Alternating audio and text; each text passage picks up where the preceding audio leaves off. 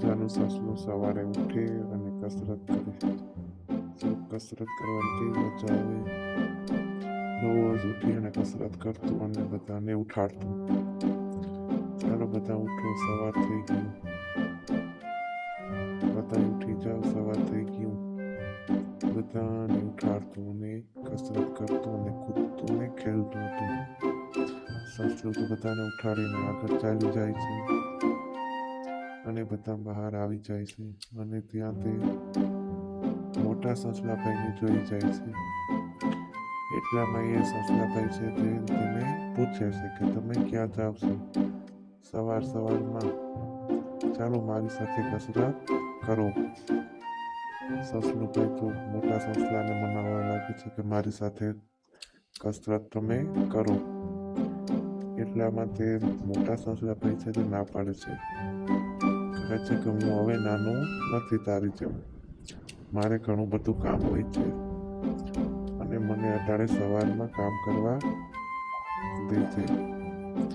તો સસલું તો પૂછે છે કે તમારે એવું શું કામ છે કે જેના લીધે તમે કસરત પણ નથી કરતા અને રમવા પણ નથી આવતા.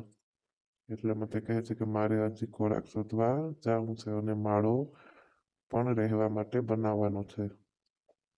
તો સસલાભાઈ તો શાંતિથી એની વાત સાંભળે છે અને સસલું કહે છે કે તો તમે તમારું કામ કરો, હું બીજા કોઈકને ગોતી લઉં. તું જા ખિસકોલી પાસે રમજે. તમે જાઓ તો હું એક બાજુ રહેતું. તો આખું ખસી જાય છે અને તેને જવા દે છે. હવે સસલું તો બીજાને ગોતવા લાગ્યું. એટલે મને યાદ આવે છે કે ચાલો ખિસકોલી બેનને મળું. ખિસકોલી બેન પર બહાર નીકળે અને જુએ તો નીચે સસલું એને બોલાવે છે અને તેને પણ પૂછે છે કે સવાર થઈ ગયું, ચાલો ખિસકોલી બહેન તમારે રમવા આવવું છે. એટલામાં ખિસકોલી પર કૂદકો મારીને ના પાડે છે. તો સસલું તો તેને પણ પૂછે છે કે તમારે શું કામ છે. પણ વિચારે છે કે જાઓ કે ના જાઓ. આમ કરીને ખિસકોલી મને પણ પોતાની વાત કહે છે કે મારે હજી ખૂબ કામ છે. મારે પણ હજી સવારમાં ખોરાક શોધવા જવાનું છે અને માળો પણ બનાવવો છે અને પાછું સૂઈ જવું છે. અને આમ કહી ખિસકોલી બેન અંદર જઈને વાત કરે છે કે મારે હજી સૂઈ જવું છે અને ઘણું બધું બીજું પણ કામ છે. તો સસલું પણ પૂછે છે કે શું કામ છે.